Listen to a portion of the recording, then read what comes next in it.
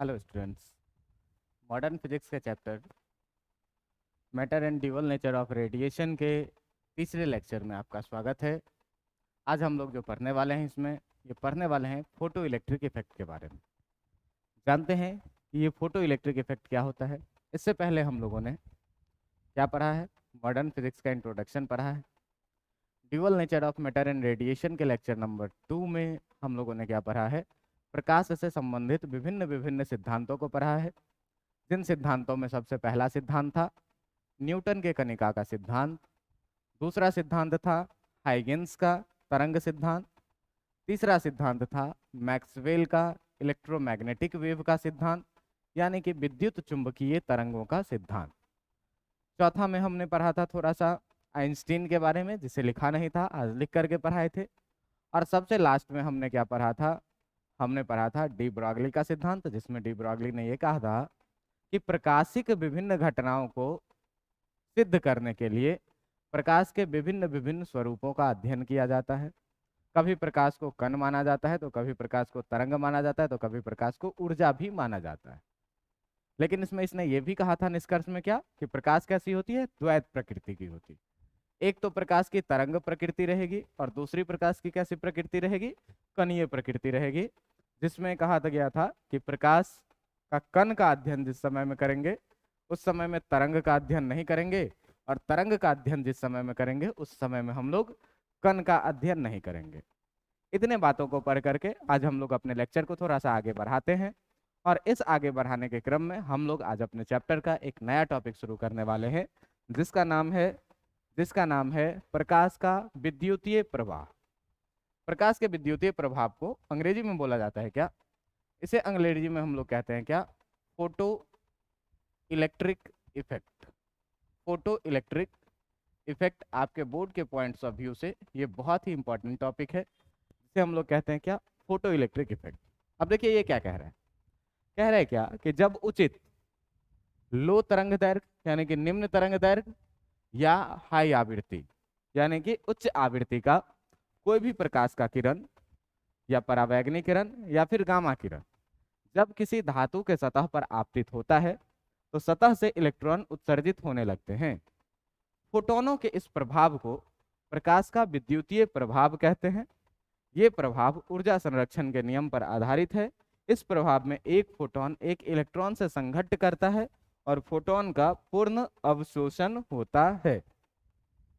देखिए इस सिद्धांत में, इस थ्योरी में फोटो इलेक्ट्रिक इफेक्ट के कहने का मतलब है ये कि हमारे पास अगर कोई भी धातु रहेगा तो वो धातु हम लोग जानते हैं क्या कि ये इलेक्ट्रॉनों से बने हुए होते हैं और इनके सतह पर बहुत सारे मुक्त इलेक्ट्रॉन रहते हैं। जैसे मान लीजिए ये कोई सा धातु है तो इसके सतह पर क्या रहेगा, बहुत सारा मुक्त इलेक्ट्रॉन रहेगा। अब कोई भी धातु है तो धातु इसीलिए जाना ही जाता है कि इसके सतह पर क्या है, बहुत सारा मुक्त इलेक्ट्रॉन है, और इस मुक्त इलेक्ट्रॉनों के कारण ही ये चालक पदार्थ होते हैं। आप ये भी जानते हैं कि किसी भी परमाणु या किसी भी अणु के बाह्यतम कक्षा से इलेक्ट्रॉन को निकाला जा सकता है या इसके बाह्यतम कक्षा में ही इलेक्ट्रॉन को डाला भी जा सकता है। लेकिन इस इलेक्ट्रॉन को निकालने के लिए भी या डालने के लिए भी इस कक्षा में हमको कुछ ना कुछ ऊर्जा की आवश्यकता होती है। हमें कुछ ना कुछ क्या होती है, ऊर्जा की आवश्यकता। जैसे मान लीजिए कि ये अगर कोई सा नाभिक है, न्यूक्लियस, जिसमें प्रोटॉन और न्यूट्रॉन है, और इस नाभिक के चारों तरफ अगर इलेक्ट्रॉन घूम रहे हैं, अगर इस नाभिक के चारों तरफ इलेक्ट्रॉन घूम रहे हैं, मान लीजिए कि ये इलेक्ट्रॉन्स है इसके चारों तरफ, पहले कक्षा में 2 इलेक्ट्रॉन, दूसरे में 8 इलेक्ट्रॉन रहेगा। ये सारे पोजीशंस मान लीजिए किसका है, इलेक्ट्रॉन का है। तो ये इलेक्ट्रॉन अपने अपने नाभिक के साथ कुछ ना कुछ ऊर्जाओं के साथ क्या होते हैं, बंधे हुए होते हैं। मान लो बाह्यतम कक्षा में ये 2 इलेक्ट्रॉन, 3 इलेक्ट्रॉन, तो ये क्या होते हैं, अपने अपने नाभिक के साथ कुछ ना कुछ ऊर्जा के साथ ये बंधे हुए होते हैं। और एक क्रिस्टल में ये अपने आसपास के नाभिक के साथ भी बंधे हुए होते हैं। तो अगर हम किसी एक इलेक्ट्रॉन पे बात करें तो ये एक पूरा क्रिस्टल में अगर बात करें तो ऐसा ऐसा बहुत सारा न्यूक्लियस से ये वाला क्रिस्टल बना होगा, ऐसा ऐसा बहुत सारे न्यूट्रॉन प्रोटॉन मिल करके नया नया नाभिक बनाया होगा और नए नए नाभिक से ये क्या होगा, गिरा हुआ होगा। हर जगह न्यूट्रॉन और प्रोटॉन होगा एक क्रिस्टल में। अगर आप सॉलिड स्टेट पढ़े होंगे केमिस्ट्री में तो आप जाने होंगे कि किसी भी एटम के स्ट्रक्चर में बहुत सारे नाभिकों का योगदान होता है। अब आप जरा सा देखिए कि अगर हम किसी भी एक इलेक्ट्रॉन का बात करें तो इस इलेक्ट्रॉन पर कितने नाभिकों का पकड़ होगा। तो सबसे पहला पकड़ जो होगा इस पर, जो सबसे पहला पकड़ होगा वो तो एक पकड़ होगा क्या, कि इस इलेक्ट्रॉन को इसका अपना वाला जो है सो नाभिक खींच रहा होगा। दूसरी बात कि इस इलेक्ट्रॉन को जो है तो ये वाला नाभिक भी खींच रहा होगा। तीसरी बात कि इस इलेक्ट्रॉन को ये वाला नाभिक भी खींच रहा होगा।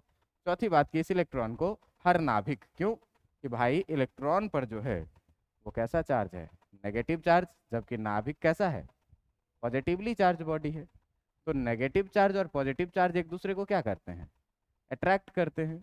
तो जब अट्रैक्ट करेंगे तो इस इलेक्ट्रॉन को हर नाभिक अपने अपने तरफ क्या करेगा, अट्रैक्ट करेगा। हर नाभिक अपने अपने तरफ क्या करेगा, अट्रैक्ट करेगा। इस प्रकार से इस नाभिक को बांध के रखने में इन बहुत सारे न्यूक्लियसों का, बहुत सारे नाभिकों का योगदान है।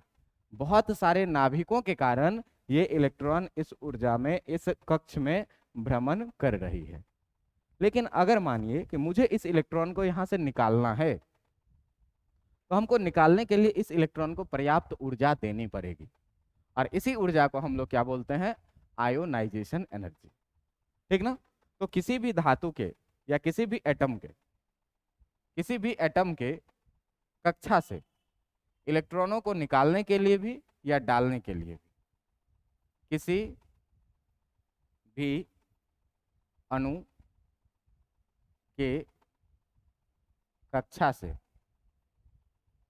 से इलेक्ट्रॉन निकालने के लिए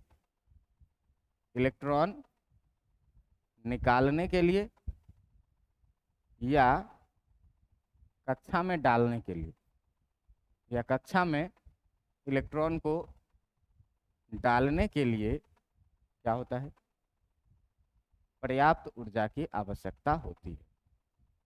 पर्याप्त ऊर्जा की, इस पर्याप्त ऊर्जा को क्या बोलते हैं, आयोनाइजेशन एनर्जी। तो क्या बोलते हैं, आयोनाइजेशन एनर्जी की आवश्यकता। अब ये ऊर्जा, इसको आयोनाइजेशन एनर्जी, इसको हम लोग किस किस फॉर्म में दे सकते हैं। इस पर या तो हीट के फॉर्म में भी एनर्जी दे सकते हैं, इसको लाइट के फॉर्म में भी एनर्जी दे सकते हैं। अगर इसको हम एनर्जी देने लगें और इसके पास इन सारे नाभिकों के पकड़ से अधिक एनर्जी हो जाए तो ये क्या करेगा, कूद के यहाँ से बाहर आ जाएगा। तो आपके फोटो इलेक्ट्रिक इफेक्ट में यही कह रहा है क्या कि ये अगर कोई क्रिस्टल है तो इसका प्रत्येक इलेक्ट्रॉन अपने अगल बगल के नाभिकों के साथ क्या है, किसी न किसी ऊर्जा के साथ बंधा हुआ है। और इसी बंधे हुए ऊर्जा को तोड़ने के लिए हम इस पर क्या करेंगे कि किरण के रूप में प्रकाश को गिराएंगे। तो अब जब हम इस पर किरण के रूप में प्रकाश को गिराएंगे तो इस प्रकाश के किरण के बारे में ये क्या कह रहा है कि ये प्रकाश का किरण जो कह रहा है कि ये जो इस पर गिरने वाला प्रकाश का किरण है ये कैसा होना चाहिए। तो इस प्रकाश के किरण में क्या कह रहा है ये कि लो तरंग दैर्घ्य का, इसका तरंग दैर्घ्य कम होना चाहिए और इसकी आवृत्ति क्या होनी चाहिए, अधिक होनी चाहिए।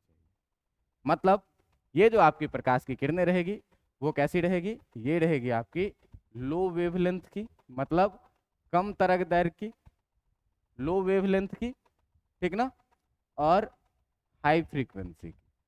और कैसी, हाई फ्रीक्वेंसी की, मतलब इसका तरंग दैर्घ्य जो लैम्डा रहेगा वो बहुत ज़्यादा कम रहेगा और जो इसका फ्रीक्वेंसी रहेगा एफ, या फिर कहीं कहीं नू भी लिखा हुआ होता है, ये जो इसका होगा ये क्या होगा, बहुत ज़्यादा होगा, हाई फ्रीक्वेंसी।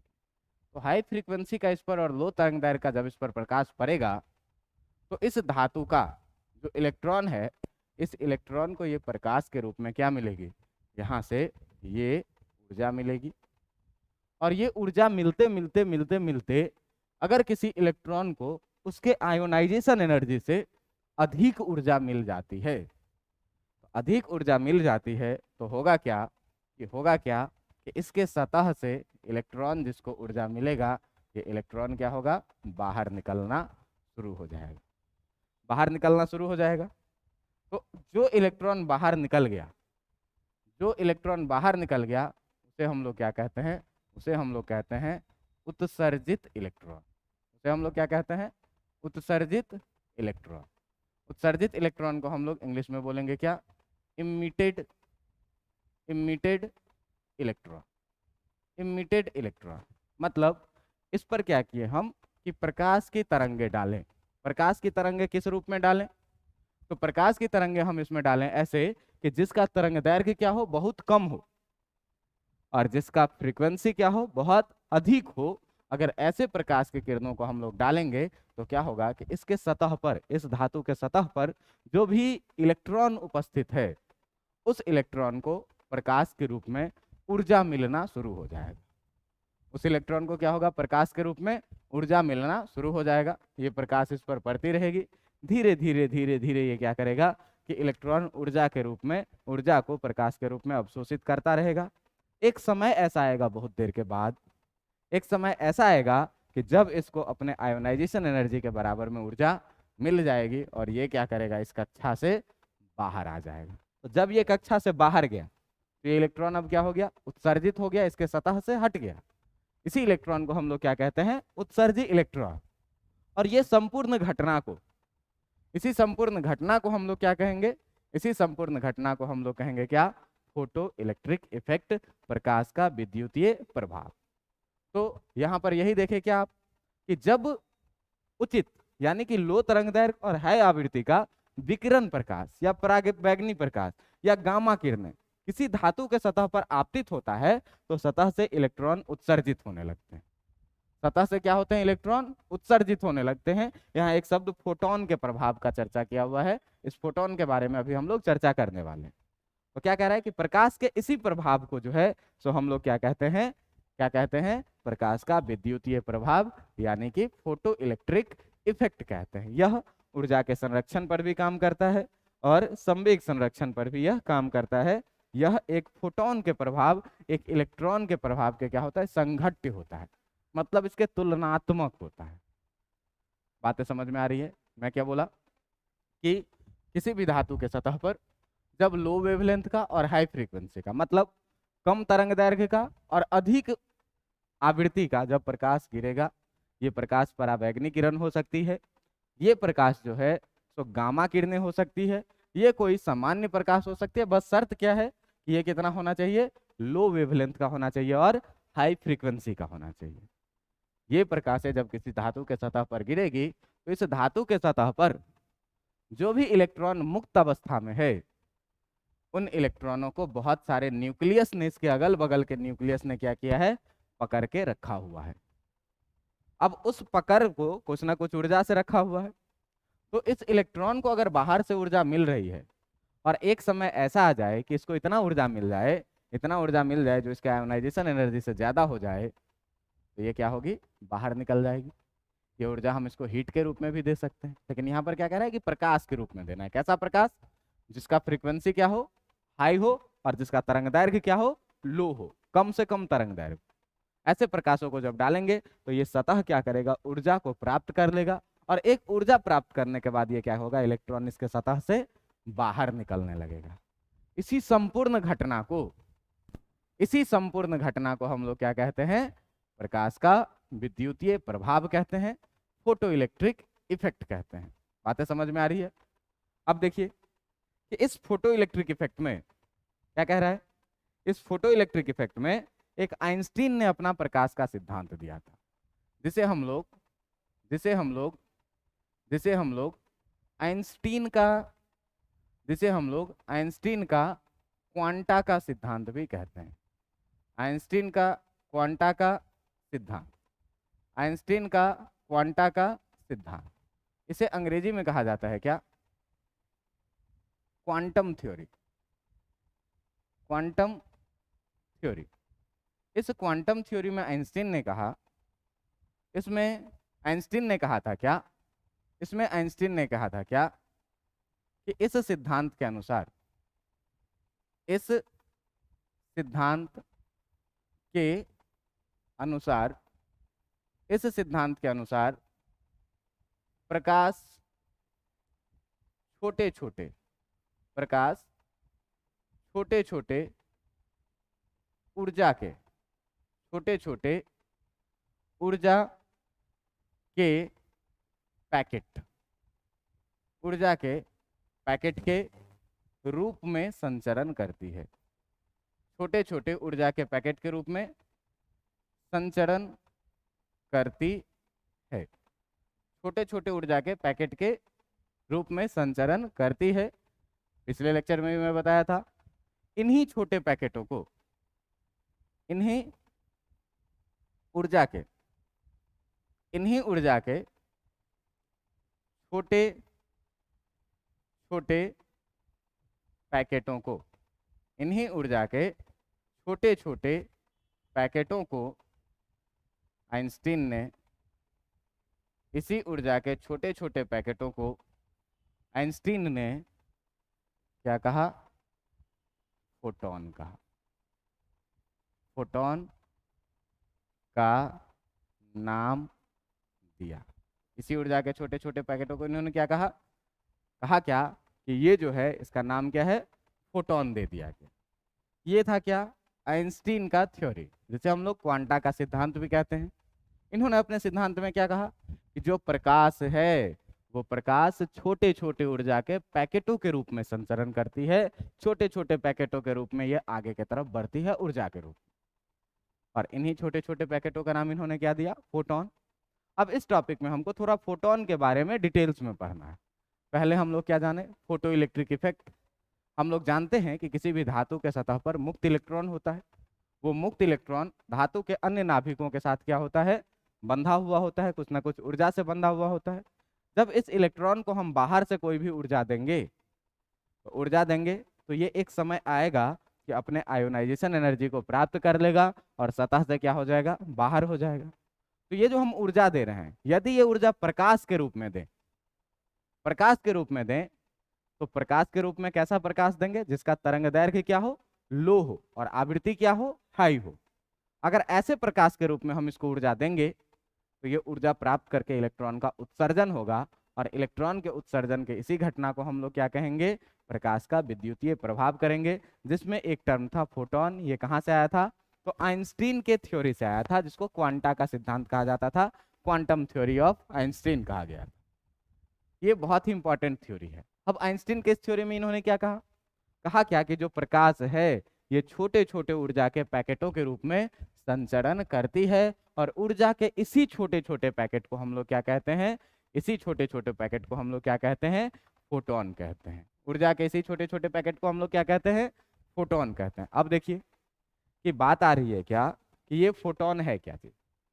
तो आइंस्टीन के प्रकाश संबंधी क्वांटा सिद्धांत के अनुसार प्रकाश ऊर्जा के छोटे छोटे बंडलों, पैकेटों के रूप में गमन करता है। ऊर्जा के इस छोटे छोटे पैकेट को क्या कहते हैं?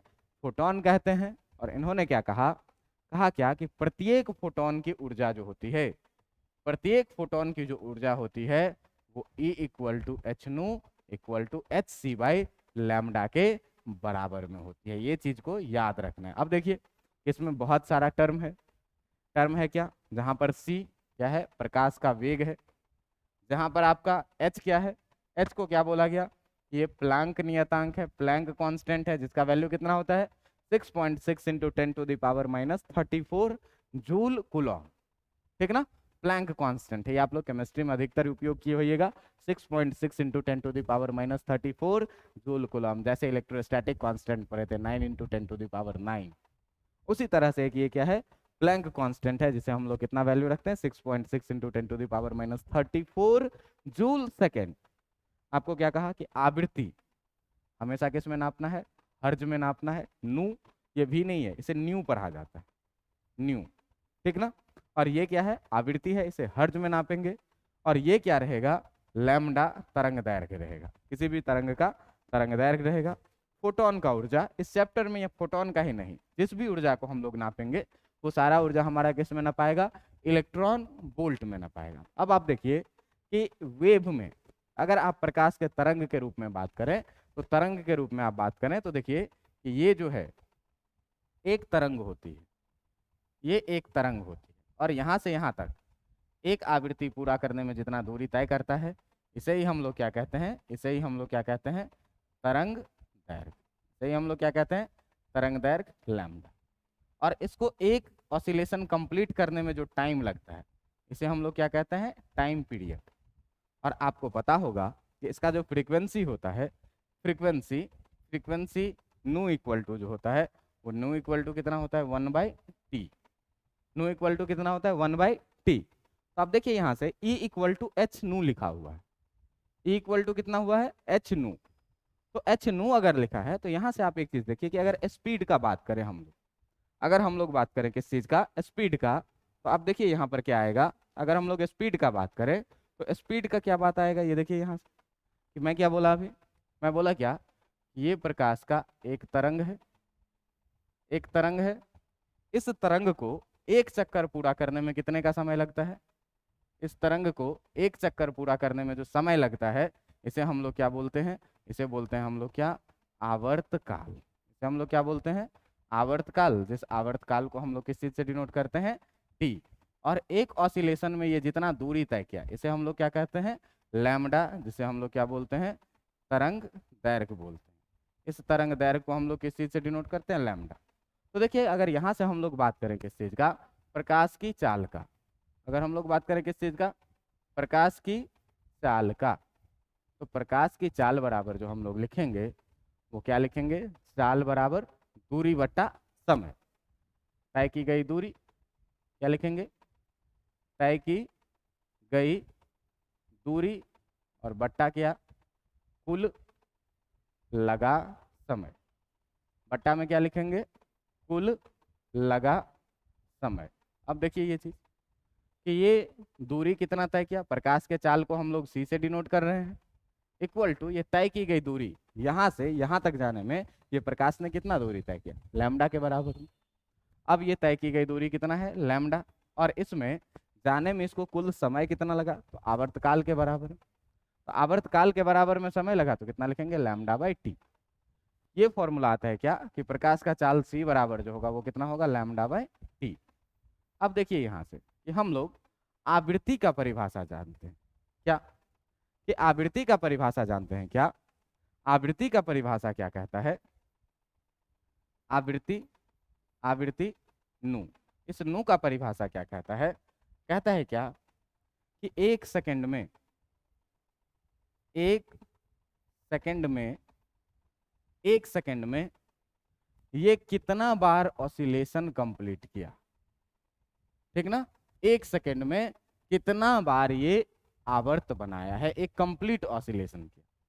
तो एक सेकंड में पूर्ण की गई आवर्तों की, पूर्ण की गई आवर्तों की संख्या जो होती है, आवर्तों की जो संख्या होती है, इसी संख्या को हम लोग क्या कहते हैं, इसी संख्या को हम लोग क्या कहते हैं, आवृत्ति कहते हैं। इसी संख्या को क्या कहते हैं, आवृत्ति कहते हैं। अब देखिए ये क्या कह रहा है, कह रहा है क्या, कि ये टी सेकंड में एक आवृत्ति पूरा किया है, टी सेकंड में इसने एक ऑसिलेशन कंप्लीट किया है, टी सेकंड में इसने क्या किया है, एक आवर्त पूरा किया है। तो इसमें हम लोग देख रहे हैं क्या, कि जो इसने टी सेकंड में आवर्त पूरा किया है, टी सेकंड में इसने कितना आवर्त पूरा किया है, टी सेकंड में एक आवर्त, टी सेकंड में एक आवर्त पूरा किया गया है, एक आवर्त पूरा किया गया, एक आवर्त पूरा किया गया है। तो तो एक सेकंड में, एक सेकंड में कितना आवर्त पूरा किया जाएगा, एक सेकंड में जो आवर्त पूरा किया जाएगा वो कितना, 1/t इकाई, 1/t आवर्त पूरा किया जाएगा। अब ये बात बताइए आप कि पूरा गया है, अब ये परिभाषा क्या कह रहा है, कि एक सेकंड में कितना आवर्त पूरा किया गया, इसी को हम लोग क्या कहते हैं, फ्रीक्वेंसी। तो एक सेकंड में 1/t आवर्त किया गया, इसे ही हम लोग क्या बोलेंगे, नू बोलेंगे। इसका मतलब ये, इसका मतलब ये कि जो न्यू होगा, ये न्यू जो होगा वो कितना होगा, 1/t के बराबर। अब देखिए अभी ही हम पढ़े थे, अभी हम क्या पढ़े थे, कि हम जानते हैं कि जो c बराबर था कितना था, लैम्डा/t था। यहाँ पर यहाँ पर जो है आपका, यहाँ पर जो है आपका, जहाँ जहाँ आपका जो लैम्डा है, जहाँ आपका लैम्डा क्या था, जहाँ लैम्डा क्या था आपका, तो लैम्डा था आपका क्या, तरंग दैर्घ्य। किसी भी प्रकाश का तरंग दैर्घ्य कितना होगा, टी क्या था आपका, टी था क्या, आवर्त काल, आवर्त काल। इस प्रकार आप यहाँ से ये चीज देख सकते हैं कि जो आपकी आवृत्ति होती है, जो आपकी आवृत्ति होती है वो 1/, आवर्त काल के बराबर में, 1/, आवर्त काल के बराबर में होती है। अब देखिए आप यहाँ से कि इस सी को हम लैम्डा इंटू 1/t लिख सकते हैं कि नहीं लिख सकते, लिख सकते हैं। और यहाँ से 1/t के जगह पर सी इक्वल टू लैम्डा नू लिख सकते हैं कि नहीं लिख सकते हैं, सी इक्वल टू लैम्डा नू लिख सकते हैं। तो लिख सकते हैं क्या भाई, तो यहाँ पर क्या है, सी जो है ये क्या है, प्रकाश की चाल है। सी क्या है, प्रकाश की चाल है। लैम्डा क्या है, प्रकाश का तरंग दैर्घ्य है। प्रकाश का क्या है, तरंग दैर्घ्य है। और क्या कह रहा है, नू के बारे में क्या कह रहा है, इस नू के बारे में ये क्या कह रहा है कि ये जो है ये क्या है, प्रकाश की आवृत्ति है। सीधी सीधी बात में आपको क्या बोला कि आप कुछ नहीं जानते हैं तो ये तो जानते हैं क्या कि जो चाल बराबर होती है वो दूरी बट्टा समय। तो एक आवर्त पूरा करने में इसने दूरी कितना तय किया, इतना दूर लैम्डा, और इसमें इसको समय कितने का लगा, तो कैपिटल टी का टाइम लगा। तो अगर इसका आप वेग लिखेंगे प्रकाश की चाल c बराबर, तो λ/t लिखेंगे कि नहीं, कुल तय की गई दूरी बटा कुल लगा समय। यहाँ से c इक्वल टू के मिलता है λ/t। अब यहाँ से आवृत्ति का परिभाषा क्या कहता है, आवृत्ति का परिभाषा क्या कहता है कि 1 सेकंड में पूर्ण की गई आवर्त, मतलब 1 सेकंड में ये कितना बार ऑसिलेट किया है। तो 1 सेकंड में ये जितना बार ऑसिलेट करता है वही किसी तरंग का आवृत्ति कहलाता है, किसी तरंग का फ्रीक्वेंसी कहलाता है। 1 सेकंड में कितना बार, तो ये देखो ये टी सेकंड में एक ऑसिलेशन पूरा किया, तो टी सेकंड में अगर एक ऑसिलेशन पूरा किया है तो 1 सेकंड में कितना ऑसिलेशन पूरा करेगा, 1/t के बराबर में। इसका मतलब सीधा सीधा यही 1/t जो है वो इसका क्या है, आवृत्ति है। इसका मतलब v बराबर कितना, 1/t, v क्या है, आवृत्ति, और 1/t का मतलब 1 आवर्तकाल। अब देखिए अभी आप पढ़े थे क्या कि जो c इक्वल टू होता है वो कितना, λ/t होता है। और इस c इक्वल टू λ/t को लैम्डा इंटू 1/t लिख सकते हैं, और 1/t के जगह पर यहाँ से नू लिख सकते हैं। मतलब प्रकाश की चाल जो है, मतलब यहाँ से आप सीधे सीधे एक बात और लिख सकते हैं क्या कि जो आपका प्रकाश का चाल होगा, जो प्रकाश की चाल होगी, ये प्रकाश की चाल बराबर कितनी होगी, तरंग दैर्घ्य, तरंग दैर्घ्य और गुने क्या, आवृत्ति। तरंग दैर्घ्य और गुने क्या, आवृत्ति। इस चीज को भी आपको क्या करना है, याद रखना है। ये सब छोटी छोटी चीजें हैं जो हम लोग 9th क्लास में पढ़े हैं, फिर भी इसको मैं एक बार आपको रिमाइंड करवा दे रहा हूँ। बातें समझ में आ रही है। अब देखिए इतने चीजों को जानने के बाद हम लोग बात करते हैं क्या, एक नया टर्म, फोटोन का द्रव्यमान। तो कहा गया क्या कि फोटोन तो ऊर्जा का पैकेट है और वो चलता रहता है लगातार। तो साइंटिस्टों ने कहा क्या कि फोटोन का विराम के स्थिति में उसका कोई द्रव्यमान नहीं होता है। तो कहा गया कि फोटोन का विराम द्रव्यमान कितना होता है, 0 होता है। और ये कहा क्या कि फोटोन का जो प्रभावी द्रव्यमान होता है वो आप जानते हैं, एक इक्वेशन है क्या, E इक्वल टू कितना, mc²। E इक्वल टू कितना, mc²। तो यहाँ से देखिए जो प्रभावी द्रव्यमान, आपको पता होगा कि इस E इक्वल टू mc² में जो E है वो क्या है, ये है फोटोन का ऊर्जा, कि फोटोन में कितना ऊर्जा है, m। ये क्या है, ये है फोटोन का प्रभावी द्रव्यमान। ये क्या है, फोटोन का प्रभावी द्रव्यमान। और C जो है ये अभी हम लोग क्या पढ़े हैं, ये है क्या, प्रकाश की चाल। तो अगर हम लोग बात करें बेटा इस इक्वेशन से m इक्वल टू लिखने का, तो इसको E/c² लिख सकते हैं कि नहीं लिख सकते, m इक्वल टू E/ कितना लिख सकते हैं, c² लिख सकते हैं। अब देखिए E/c² लिख सकते हैं और ई के बारे में अभी हम लोग जाने हैं क्या कि ये ई बराबर जो होता है, ये ई बराबर कितना, या तो एम सी स्क्वायर, या इसी को हम लोग क्या बोलते हैं, एच नू भी बोलते हैं। क्यों, ये देखिए आप पीछे ही देखिए आप, ई बराबर क्या पढ़े हैं, एच नू, कि फोटोन में संचित ऊर्जा कितना होता है, ये सब टर्म है, इसको याद रखना है। ये नहीं पूछना है कि ये कहाँ से आया, इसका प्रूफ नहीं पूछना है, ये सब टर्म याद रखना है आपको। E equal to M C square, E equal to H nu, ये सब टर्म आपको याद रखना है, इस सब का प्रूफ हमें नहीं देखना है। तो मैं क्या बोल रहा था भाई कि या तो ई इक्वल टू एच नू होता है। अब देखो कि E equal to M C square हुआ, और यहाँ से हम लोग M equal to E by C square देख रहे हैं, तो आप बताइए कि ई के जगह पर तो हम लोग एच नू रख सकते हैं, ई के जगह पर क्या रखेंगे, एम इक्वल टू अगर बात करें ई बट्टा सी स्क्वायर का, तो एम इक्वल टू ई के जगह पर जो है तो एच नू, ई के जगह पर कितना रखेंगे, ई के जगह पर रखेंगे कितना, एच नू, और इस एच नू के जगह पर नीचे कितना, सी स्क्वायर। क्यों, कि हम लोग चूंकि जानते हैं कि जो ई इक्वल टू होता है वो एच नू के बराबर होता है। अब देखिए यहाँ नू के जगह पर आप अभी पढ़े हैं कि जो फ्रीक्वेंसी होगा आपका, यहाँ से ये सी बाई लैम्डा लिख सकते हैं कि नहीं। अब हम लोग ये बात जानते हैं क्या, अब हम लोग जानते हैं क्या कि जो आपका सी है, वो जो आपका सी है, तो हम ये भी जानते हैं क्या कि हम जानते हैं कि, क्या जानते हैं भाई, तो अभी पीछे ही पढ़े थे हम लोग क्या कि प्रकाश की चाल सी इक्वल टू लैम्डा नू, क्या जाने थे, सी इक्वल टू कितना, लैम्डा नू। तो यहाँ से देखिए कि अगर हमको नू लिखना है, अगर हमको यहाँ से नू लिखना है, तो नू इक्वल टू हम लोग सी बाय लैम्डा लिख पाएंगे कि नहीं, लैम्डा को इस साइड लेके जाएंगे, नू इक्वल टू कितना होगा, सी बाय लैम्डा। अब सी बाय लैम्डा का वैल्यू जब आप इसमें रखेंगे, जब आप सी बाय लैम्डा का वैल्यू इसमें रखेंगे, तो सी बाय लैम्डा का वैल्यू इसमें आपको रखने से क्या मिलेगा, ये देखिए जरा सा, सी बाय लैम्डा रखेंगे किसमें, एच नू बाई सी स्क्वायर में, नू के जगह पर क्या रखना है, सी बाय लैम्डा। अब देखिए कि जब इसमें हम लोग सी बाय लैम्डा रखेंगे इसका वैल्यू, तो ये कितना होगा, इस इक्वेशन में हमको वैल्यू रखना है नू का कितना, सी बाय लैम्डा।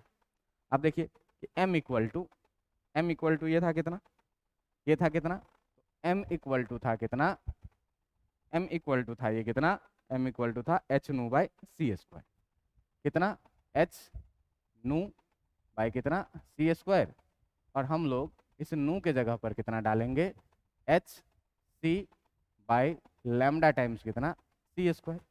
क्यों भाई, कि चूंकि जो नू इक्वल टू है वो कितना आ रहा है, सी बाई लैम्डा आ रहा है।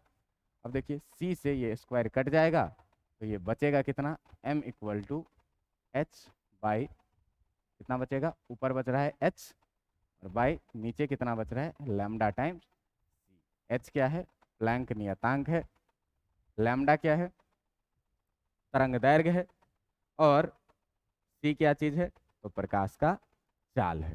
तो ये जो है, ये एम जो है, ये एम क्या है, तो ये एम है किसी भी फोटोन का, किसी भी फोटोन का जो है, तो ये क्या है, फोटोन का प्रभावी द्रव्यमान, फोटोन का प्रभावी द्रव्यमान है।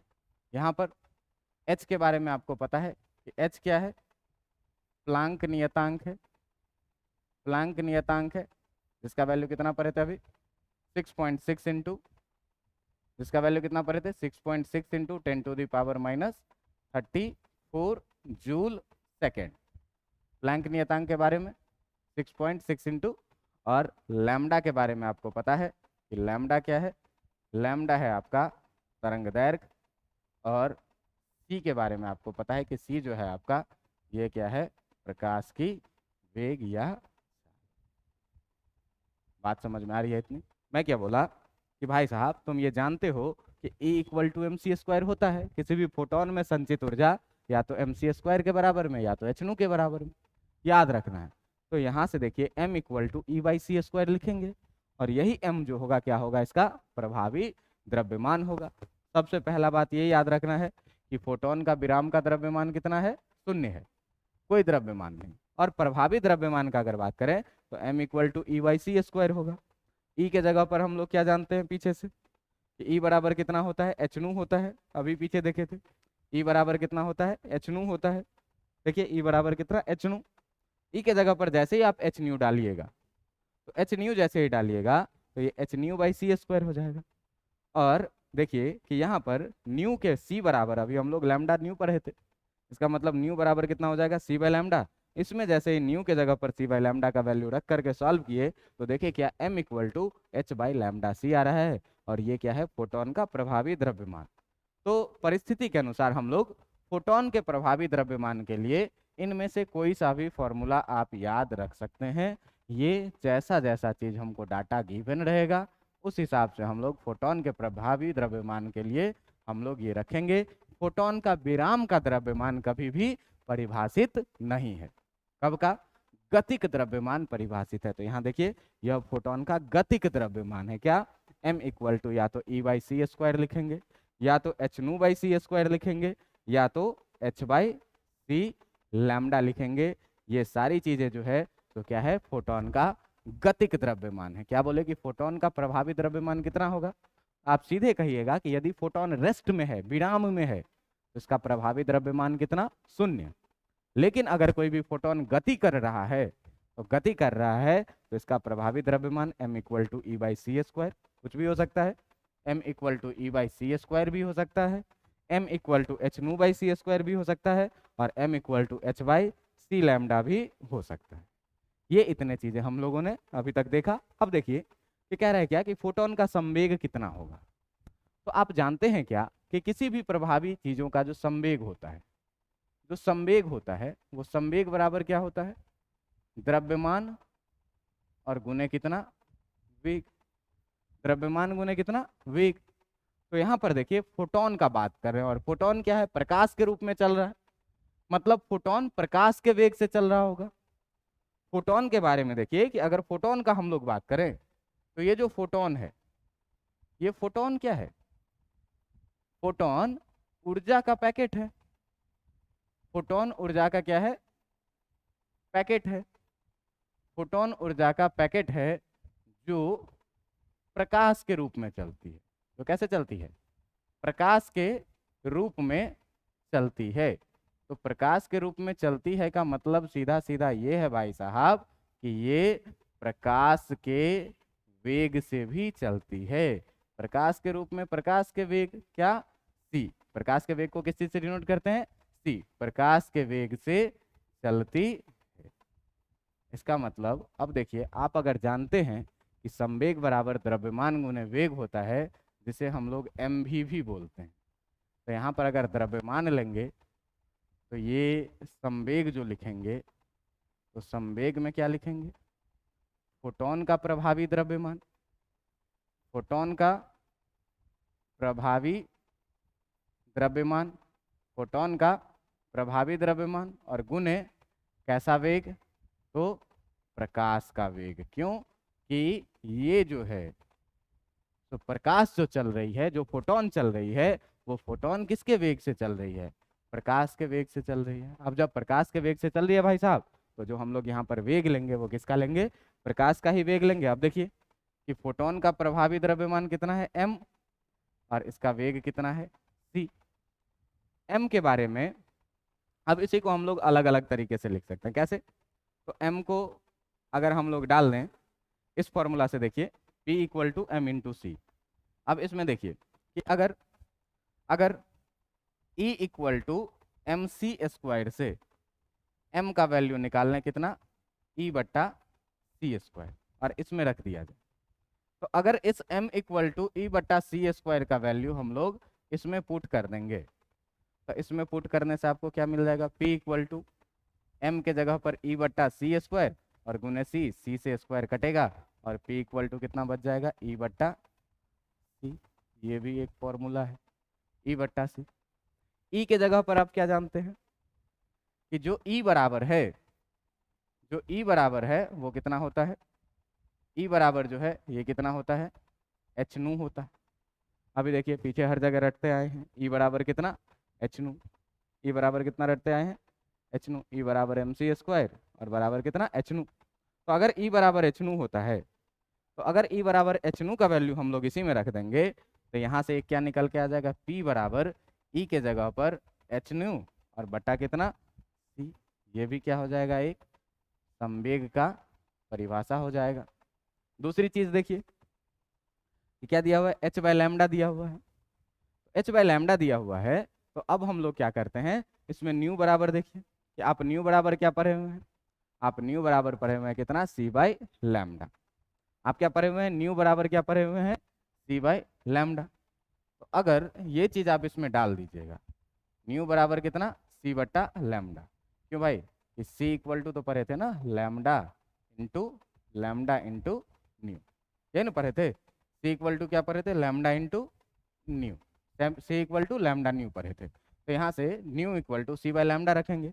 अब जब इसमें आप nu equal to C by lambda का वैल्यू रखिएगा तो आपको क्या मिल जाएगा, पी बराबर एच के जगह एच, न्यू के जगह पर आप क्या डालिएगा, सी बाय लैम्डा, न्यू के जगह पर आप क्या डालिएगा, सी बट्टा लैम्डा, और नीचे एक नीचे क्या है, नीचे क्या है, नीचे क्या है, एक सी आपका ऑलरेडी है, ये सी से सी कट जाएगा और p इक्वल टू एक क्या मिल के आएगा आपको, h बाय लैम्डा।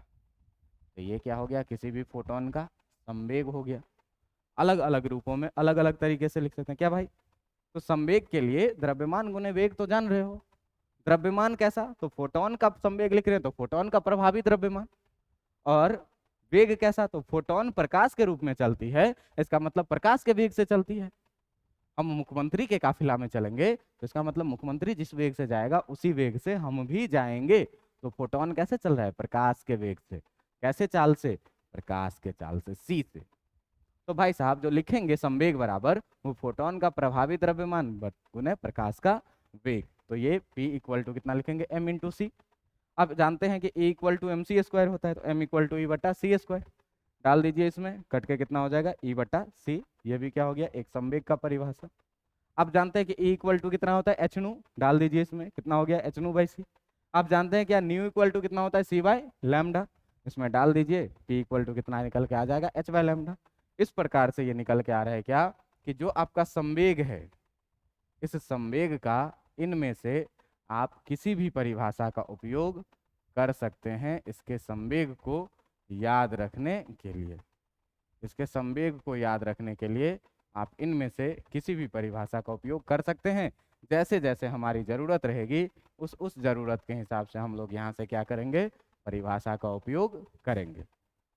इस प्रकार से आज का लेक्चर हम यहीं पर ख़त्म करते हैं। अगले दिन हम लोग अगले टॉपिकों के बारे में, अगली चीज़ों का चर्चा करेंगे। आशा करता हूँ समझ में आया होगा। थोड़ा पेशेंस से पढ़िए, देखिए एकदम थ्योरेटिकल चीज़ें हैं, छोटे छोटे टर्म को यूज करना है और उन सारे छोटे छोटे टर्मों को हमेशा आपको याद रखना है। जैसे क्या, E इक्वल टू एच नू होता है, nu equal to C by lambda होता है, c equal to lambda by v होता है। आपको ये याद रखना है क्या, कि E equal to M C square होता है। इन चीज़ों का प्रूफ हमें नहीं पढ़ना है अभी, बस टर्म याद रखने हैं कि ये इतना होता है और इसका उपयोग हम लोग कैसे कर रहे हैं, इन सारे चीज़ों के बारे में एक एक चीज़ करके करते हैं। आशा करता हूँ आपको वीडियो पसंद आया होगा। फिर मिलते हैं अगले क्लास में, तब तक के लिए धन्यवाद।